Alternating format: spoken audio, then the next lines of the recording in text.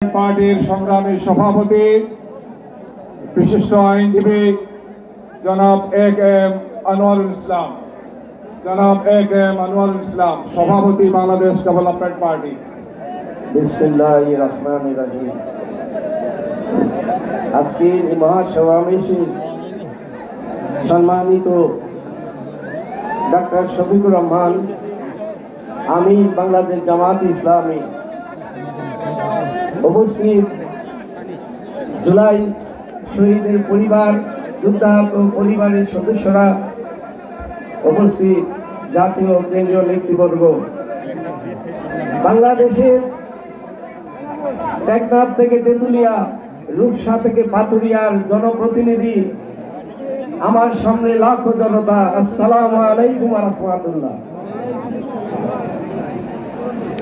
বাংলাদেশ জামাত ইসলামী 7টি দফা জাতিকে নির্দেশনা দেওয়ার জন্য আজকে উল্লেখ করেছে।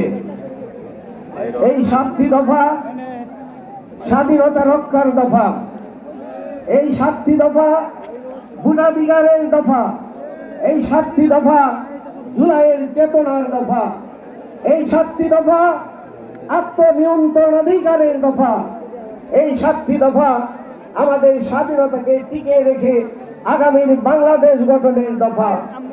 এই 7টি দফা ক্ষমতায় যাওয়ার জন্য না, জনগণকে ক্ষমতায়নের জন্য দফা।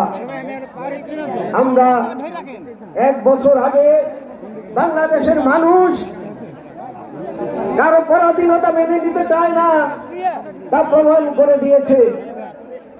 দুঃখের বিষয়, আধিপত্যবাদীরা শক্তিরা সেদিন জনতার চেতনার ভিত্তিতে, অভ্যুত্থানের ভিত্তিতে তারা দেশ ছেড়ে পালিয়ে গিয়েছিল।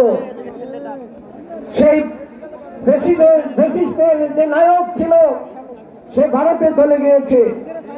কিন্তু আজ যেসব চেয়ার খালি করে এ দেশ থেকে চলে গিয়েছিল, আমাদের জন্য খুব বিপজ্জনক গোষ্ঠী সংকেত, তারা আবার শপথে ফিরে এসেছে।